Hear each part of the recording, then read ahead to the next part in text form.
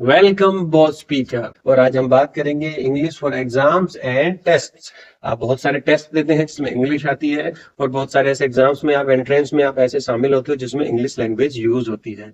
तो my dear, आप देखेंगे कि आइल्स का एग्जाम हो या टॉफल का एग्जाम हो, अगर आप लोग नहीं जानते हो तो आप जानते होंगे कि इंटरनेशनल इंग्लिश लर्निंग टेस्ट होता है, और टॉफल जो होता है test of English language as a foreign language, test of English as a foreign language.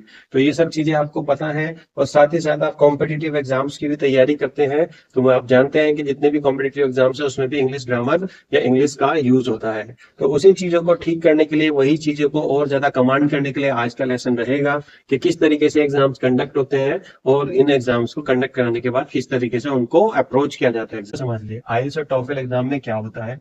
Exam समझोगे पहले, उसके बाद आप समझोगे इसमें क्या होता है। दोनों एग्जाम में 4 सेक्शंस होते हैं। ये सब बोर्ड स्पीकर में कवर हो चुके हैं ऑलरेडी। आप ऐसा मत सोचो कि आप आइल्स टॉफल देने जाओगे तो आपको कुछ भी समझ में नहीं आएगा। ज्यादातर सेगमेंट हम ऑलरेडी कवर कर चुके हैं अपने कोर्स में, जो बोर्ड स्पीकर कोर्स है। यही चीजें वहां पूछी जाती हैं, और कैसे पूछी जाती हैं मैं आपको बता देता हूँ। आप उन चैनल्स को दोबारा, उन वीडियोस को जाके दोबारा देखिएगा, आपको वो सारी चीजें ही वहां पर फेस करनी होती है। जैसे आइल्स हो या टोफल हो, उसमें आपको क्या होगा, सबसे पहला पार्ट होता है लिसनिंग का। 4 पार्ट होते हैं: listening, reading, writing and speaking. यानी कि आप सुन भी पाते हैं, आप पढ़ भी पाते हैं, आप लिख भी पाते हैं, और आप बोल भी पाते हैं। तो ये सारी चीजें आपकी चेक होती हैं दोनों एग्जाम में। और लैंग्वेज का खेल क्या है, ये तो सारी चीजें आपको पता होनी चाहिए भाई। पढ़ना आना चाहिए, लिखना आना चाहिए, सुनना आना चाहिए, बोलना आना चाहिए, वो ये चेक करते हैं। ये सारी चीजें हम ऑलरेडी कर चुके हैं। लिसनिंग में आपको ऑडियो सुनाई जाएगी, उससे में क्वेश्चन पूछा जाएगा, आपको कुछ सुनाया जाएगा, उसी के बेस पे आपसे पूछा जाएगा। रीडिंग में आपको पैसेज पढ़ने के लिए दिए जाएंगे, और उस पढ़ने के बेस पे आपसे कुछ क्वेश्चंस पूछे जाएंगे जिनका आपको आंसर करना है। राइटिंग में आपको ऐसे दे दिया जाएगा या रिपोर्ट लिखने के लिए बोला जाएगा कि इस विषय पर रिपोर्ट लिखिए। ऐसे स्पीकिंग में आपको टॉपिक दिया जाएगा, और आपको अपनी ओपिनियंस बतानी होगी कि इसके बारे में आपका क्या सोचना है या क्या मानना है। तो ये चारों चीजें आपकी कवर होती हैं उसमें, उसी के बेस पे आपसे क्वेश्चन पूछे जाते हैं। यही चीजें आप देखिए बोर्ड स्पीकर कोर्स में ऑलरेडी लर्न कर चुके हैं। देखिए स्पीकिंग के लिए अगर नेचुरली बात करने की करें तो लेसन 22 और 23 इसी के लिए डेडिकेटेड है, जहां पर अपने फीलर्स को बताना और ओपिनियंस को बनाना हमने सीखा है। जहां तक रियल वर्ल्ड की बात करें, इस रीडिंग की बात करें, तो लेसन 15 से 20 हमने रियल वर्ल्ड को ही किया है। आप देखेंगे मार्केट में जाना, डॉक्टर के पास जाना, ट्रैवल के बारे में बात करना, और भी बहुत सारे इसमें टॉपिक है, 5 से 6 ये टॉपिक्स हमने सारे उसमें कवर किए हुए हैं। तो आप लेसन 15 से 20 देख सकते हैं यदि आपको रीडिंग वाले पार्ट को कवर करना है इन दोनों एग्जाम्स के लिए। ऐसे ही आज की जो क्लास है वो, उसमें हम राइटिंग का स्ट्रक्चर और एसे और रिपोर्ट्स लिखना सीखेंगे। ये हम आज की क्लास में सीखेंगे। अगर स्पीकिंग की बात करें, बहुत अच्छे से बोलना हो, तो लेसन 24 और 26 में मैंने बताया है इस तरीके से इंटरव्यूज और स्टोरी टेलिंग आपको करनी है, उन्हें जाके देखिए। यही सब कंटेंट आपको वहां पढ़ाया जाएगा। बस फीस आपसे 40,000, 50,000, 70,000 रुपए ले ली जाएगी, जबकि आप बोर्ड स्पीकर कोर्स में यही सब चीजें 279 में सीख जाओगे। ठीक है, 399 का कोर्स है, और मैंने आपको बताया है बोर्ड 30 का कोर्स लगाएंगे तो आप ऑलरेडी इसको 279 में अचीव कर पाओगे। इसी तरीके का कंटेंट आपको वहां दिया जाएगा। आइडिया के लिए और प्रैक्टिस के लिए मैंने आपको सारी चीजें ऑलरेडी पढ़ा दी हैं, बता दी हैं। तो आप प्लीज उन चीजों का ध्यान रखिए, और अपने पैसे भी बचाइए, और अपने आपको इंटरनेशनल एग्जाम्स के लिए रेडी। ऐसे ही देखिए हर एग्जाम में क्या होता है, आपको ना एक एस्से का परफेक्ट फॉर्मूला बनाना होता है। एस्से लिखना आना चाहिए आपको। अगर एस्से राइटिंग नहीं आती है तो इट मीन्स आप अपनी बात को नहीं कह पाते हो। एस्से लिखना सिर्फ इसलिए नहीं है कि एग्जाम में मार्क्स होते हैं। एस्से लिखने का मतलब है किसी भी टॉपिक पे आप आप लिख सकते हो। लिखने का मतलब आप उसके बारे में पॉजिटिव लिख सकते हो, नेगेटिव लिख सकते हो, क्रिटिसाइज कर सकते हो, कोई प्रॉब्लम डिस्क्राइब कर सकते हो, उसका सोल्यूशन बता सकते हो, कोई इन्फॉर्मेशन एडिट कर सकते हो, कोई इन्फॉर्मेशन को स्टोर कर सकते हो, कहीं पर किसी न्यूज़पेपर में भेजने के लिए अपनी बात को कहने का तरीका सीख सकते हो। तो राइटिंग इज मस्ट। आप अगर लिखना जानते हैं तो आप बहुत आगे हैं उन लोगों से जो सिर्फ रील देखते हैं। लिखने वाला व्यक्ति बहुत कमजोर व्यक्ति नहीं होता, क्योंकि यदि कोई लिख पा रहा है तो इसका मतलब उसके पास बहुत ही क्लियर विजन है, तभी वो लिख पा रहा है। इसीलिए आपको पढ़ाने से पहले मैं लिखता हूँ, नहीं तो मैं आपके यहाँ डायरेक्ट भी लिख दूंगा तो यही क्लास 2 घंटे की चली जाएगी। अगर मैं लिखना स्टार्ट करूँ और फिर आपको समझाना, एक्सप्लेन करना स्टार्ट करूँ, तो यही क्लास 2-2 घंटे की चली जाएगी, और लिखते वक्त आपको सीख नहीं दोगे तो आपको भी बोरिंग लगेगा। तो इसीलिए पहले प्रिपेयर करना, लिखना, वही क्लियर विजन है कि आप लोगों को क्या डिलीवर करना है, वही विजन है, उसी विजन पे हम काम करते हैं। तो देखिए जब भी कोई आपको ऐसे लिखना हो तो आइल्स में टास्क दी जाती है, टॉफल में भी ऐसे का है, 4 पैराग्राफ का स्ट्रक्चर है, इसे यूज करिए। सबसे पहले तो इंट्रो दीजिए, क्या इंट्रो है कि आप क्या करना चाह रहे हैं। इंट्रोड्यूस द टॉपिक, जिस भी टॉपिक पे आप लिख रहे हैं वो लिखिए। स्टेट योर ओपिनियन क्लियरली, और अपनी राय को बहुत ही क्लियरली लिखिए कि आप किस बारे में बात करने जा रहे हो, क्योंकि जितना क्लियर होगा उतने ज्यादा मार्क्स गेन होंगे, उतना ज्यादा आपको लिखना आएगा। मैं ये सिर्फ आइल्स के टॉफल के पर्पज से नहीं पढ़ा रहा हूँ, इसका मतलब है आप ऐसे लिखना कैसे सीखते हो, उस एग्जाम में आता है, ये इसकी खूबी है, लोग उसकी तैयारी करते हैं, इसलिए मैंने इसमें उसका नाम दिया हुआ। अदरवाइज लिखना आना एक कंपलसरी चीज है, हर व्यक्ति को, हर लड़के को, हर लड़की को आना चाहिए लिखना। लिखना आएगा, भले आप चाहे एआई से लिखवा सकते हो, कुछ भी करा सकते हो, कुछ भी ऐसे एप्लीकेशन सब कुछ लिखवा सकते हो, बट एआई तो खतरनाक चीज है, वो आपकी जो इंटरनेट पे मौजूद है उसी से कनेक्ट करके डेटा लिख देती है, लेकिन आपकी ओरिजिनलिटी उसमें नहीं आती है। तो आप कुछ नहीं बनते हो, आप सिर्फ एक प्रॉम्प्ट देने वाले बन पाते हो मैक्सिमम, लेकिन आपको अपनी ओरिजिनलिटी मेंटेन करने के लिए खुद का दिमाग चलाना पड़ेगा, खुद लिखना शुरू करना पड़ेगा, क्योंकि आपकी प्रैक्टिस प्रॉम्प्ट देने की नहीं होनी चाहिए, आपकी प्रैक्टिस विचार जनरेट करने की होनी चाहिए, थॉट जनरेट करने की होनी चाहिए, और उस थॉट प्रोसेस से ही आपका डेवलपमेंट होना चाहिए। Otherwise one day you will be a dumb and you will not be able to think critically, you will only be a puppet of artificial intelligence, but not be a puppet। आप कोई चीज लिखिए, उसे improve कराइए। आप क्या करिए, कोई चीज लिखिए और उसको एआई से इंप्रूव करा के देखिए, और फिर उसको कंपैरिजन करिए कि आपने जो लिखा और जो एआई ने इंप्रूव किया, उन दोनों के बीच में आप कितने अच्छा लिख पा रहे हो, और उसे फिर उस लेवल पे उसे और इंप्रूव करने की कोशिश कीजिए, but maintain your originality. So my dear, it is often argued that introduce करिए उस टॉपिक को, it is often argues that कोई भी टॉपिक है उस टॉपिक को इंट्रोड्यूस कर दीजिए, और अपनी ओपिनियन बतानी है तो ओपिनियन बताने के लिए आई फर्मली बिलीव दैट जो भी आप बिलीव करते हो वो आप यहाँ पे लिख लीजिए। बॉडी वन, आप बॉडी वन में क्या कीजिए, कोई भी फर्स्ट मेन पॉइंट आप इंट्रोड्यूस कीजिए और उसका रीजन बताइए और उसके एग्जांपल दीजिए। जैसे फर्स्टली आप अपना पॉइंट रखिए, दिस इज बिकॉज, क्यों है उसका रीजन बताइए, फॉर एग्जाम्पल उस एग्जाम्पल को आप बताइए कि क्यों आप ये बात कह रहे हो। फिर सेकंड पॉइंट में आप उसका कहीं ना कहीं काउंटर भी करके बताइए, क्योंकि ऐसे लिखने का मतलब है दोनों चीजों के बारे में लिख सकते हो। आर्ग्यूमेंट दीजिए उसके फेवर में और अपने रिस्पॉन्स को रिकॉर्ड कीजिए कि मैं ये क्यों करना चाहता हूँ। ऑन द अदर हैंड जो भी आप बोलना चाहते हैं वो लिखिए, हाउ एवर, यानी कि उसके आर्ग्यूमेंट दीजिए, आई वुड आर्ग्यू दैट, और उस आर्ग्यू को यहाँ पर अपने रिस्पॉन्स के रूप में नोट करिए। कंक्लूजन करना है, समराइज कीजिए जो भी आप लिख रहे हैं, उसको रीस्टेट करिए अपनी ओपिनियन को दोबारा से, और रिकमेंडेशन दीजिए कि ये होना चाहिए। जैसे इन कंक्लूजन जो भी आप कहना चाहते हैं, देयरफॉर आई बिलीव दैट, और उसके बाद आप जो भी कहना चाहते हैं।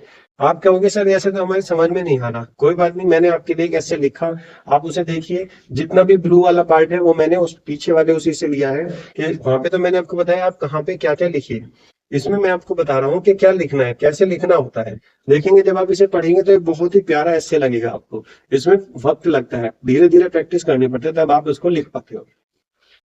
तो सबसे पहले टॉपिक को इंट्रोड्यूस कीजिए और अपने ओपिनियन को क्लियरली आप बोलिए। जैसे सबसे पहले हमने क्या किया, it is often argued that technology को ट्रांसफॉर्म कर दिया है, ऐसे कर दिया है जैसे हम कभी उम्मीद ही नहीं करते थे, और अब आप अपने ओपिनियन बता रहे हैं। आई फर्मली बिलीव दैट, मैं बहुत ही फर्मली बिलीव करता हूँ, it has made learning more accessible and effective, यानी कि इसने लर्निंग को बहुत ही ज्यादा एक्सेसिव और इफेक्टिव बना दिया है। खुद ही देख लीजिए, अब आप इंग्लिश सीख पा रहे हैं, घर पे बैठ के मोबाइल में चला के, लैपटॉप में चला के आप आसानी से देख पा रहे हैं। अब आप खुद सोचिए अगर ये कोर्स बाहर करने जाना हो 30 दिन के लिए, पहले तो बाहर जाने के लिए नहाओ धो कपड़े पहनो, फिर किसी व्हीकल से जाओ, फिर वहां जाके वेट करो और टीचर से पढ़ो, फिर जाके अपने घर आओ, वो एक शेड्यूल टाइम है, उसी टाइम पे जाना है, उसी टाइम पे आना है, कहीं जा नहीं सकते। लेकिन अगर आप ऑनलाइन को भी देखें तो आप कितने कन्वीनियंटली अपने सोफे पे, अपने काउच पे, अपने बेड पे, अपनी टेबल पे, कहीं पर भी बैठ के देख रहे हो, सिर्फ इंटरनेट चाहिए और आप आसानी से वहीं पर लर्निंग सीख सकते हैं, वहीं पर प्रैक्टिस कर सकते हैं। आप इस तरीके की आसान चीजें जो करी हैं वो टेक्नोलॉजी की वजह से ही पॉसिबल हो पाई हैं। इफेक्टिव की बात है, इफेक्टिव की बात यह है कि आप अगर डिसिप्लिन है तो ये इफेक्टिव भी रहे, है ना। अगर आप डिसिप्लिन नहीं है तो इफेक्टिव भी नहीं है। अब देखिए पॉइंट वन हम इसमें बोलेंगे, फर्स्ट मेन पॉइंट बोलना है और उसके बाद रीजन और एग्जांपल से उसको कवर करना है। जैसे मैंने पहले बताया, इधर देखिए, यहाँ पे मैंने फर्स्ट के बाद आपको लिखना था अपना, तो मैंने लिख के दे रहा हूँ आपको। Firstly, technology provides unlimited access to educational resources. आज आपके पास इंटरनेट के माध्यम से दुनिया भर के रिसोर्सेज अवेलेबल हैं।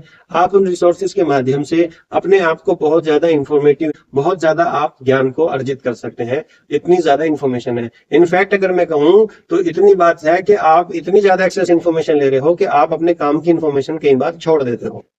तो मैंने यही कहा, फिर उसका रीजन बताया, दिस इज बिकॉज, क्यों है ये, student can learn any time and anywhere through online platforms. तो मैंने रीजन एक्सप्लेन किया क्यों है ये अनलिमिटेड प्रोवाइड्स क्यों करती है एक्सेस, क्योंकि स्टूडेंट कहीं पर भी और कभी भी ऑनलाइन प्लेटफॉर्म्स पर पढ़ सकता है। Example, For example, millions of learners use online courses to improve their skill.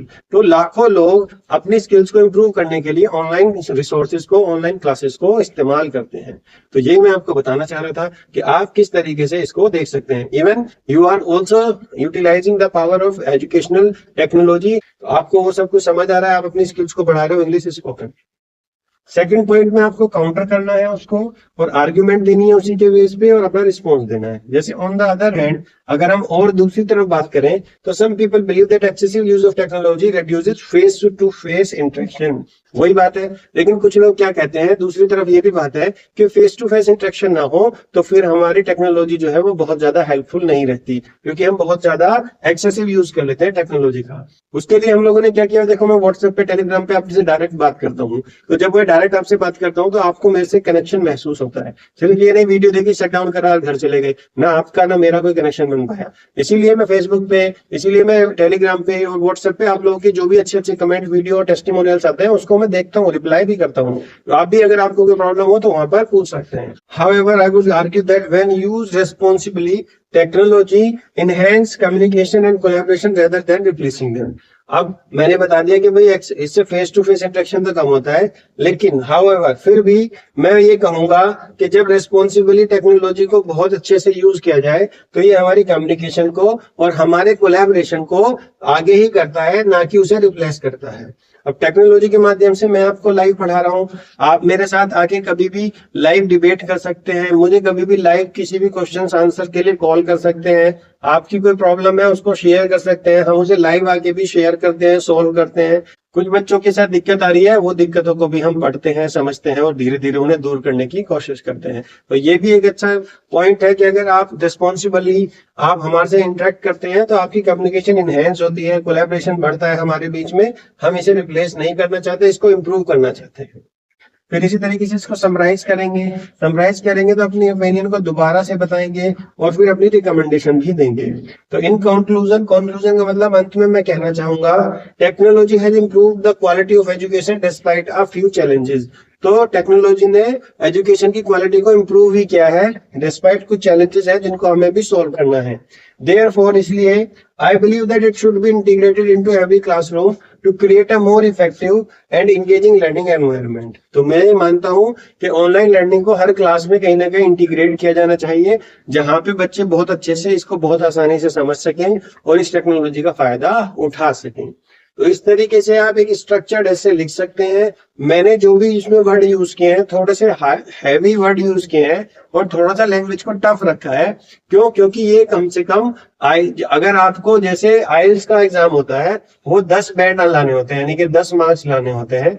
10 में से अगर आपको 8 बैंड लाने हैं तो आपको इसी तरीके का लिखना पड़ेगा जैसा मैंने यहाँ बोर्ड पे लिखा है, क्योंकि 7 पे तो वो एडमिशन ही देते हैं और जो मैंने लिखा है लगभग 8 बैंड का है। अगर आप 10 बैंड में से 10 बैंड लेना चाहते हो, उसके लिए आपको बहुत मेहनत करनी पड़ेगी। ये तो आपको जितना समझ आया होगा, मैं उम्मीद करता हूँ अच्छा लगा होगा। आप चाहे तो उसका स्क्रीनशॉट लेके रखिए और इसे एज एग्जांपल यूज कीजिए कि आपको कैसी इंग्लिश करनी है अपनी।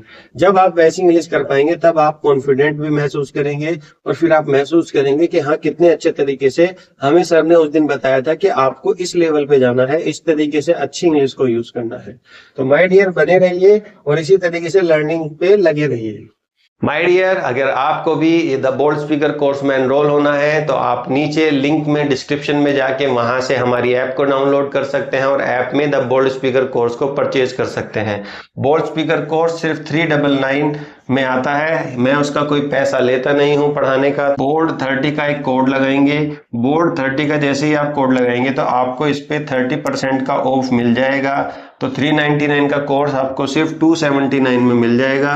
बिल्कुल ना के बराबर ये फीस है एक इतने अच्छे कोर्स में एनरोल होने के लिए। साथ ही आपको मिलती है मेरी पर्सनल गाइडेंस, आपको मिलता है टेलीग्राम पे, व्हाट्सएप पे सपोर्ट, आपकी जो भी प्रॉब्लम्स है उनके लिए डाउट क्लासेस, और जो भी कोई आपके अच्छे टॉपिक्स बच्चे हैं, हम टाइमली उनको लाइव क्लासेस के माध्यम से आपको लाते हैं और लाइव क्लासेस में आपके वो सारे डाउट्स को दूर भी करते हैं, नए टॉपिक्स को आपके लिए इंट्रोड्यूस करते हैं। जरूरी नहीं है कि कोर्स ले लिया तो इसमें कुछ भी नहीं है, 6 महीने तक आप इसे कितनी भी बार देख सकते हैं, कोई इशू नहीं है। इवन देन सबके बावजूद भी यदि आपको लगता है 279 रुपीज दे के आपको कोई भी कंटेंट ऐसा नहीं मिला जिससे आपकी हेल्प हो, तो आप हमें अपने पेमेंट के स्क्रीनशॉट के साथ हमें भेजिए डेट के साथ, और हम आपका वो पैसा भी रिफंड कर देंगे। तो it just a win win situation. आपको अच्छा लगे तो भी, अच्छा नहीं लगे तो भी आपका पैसे का नुकसान बिल्कुल नहीं होगा।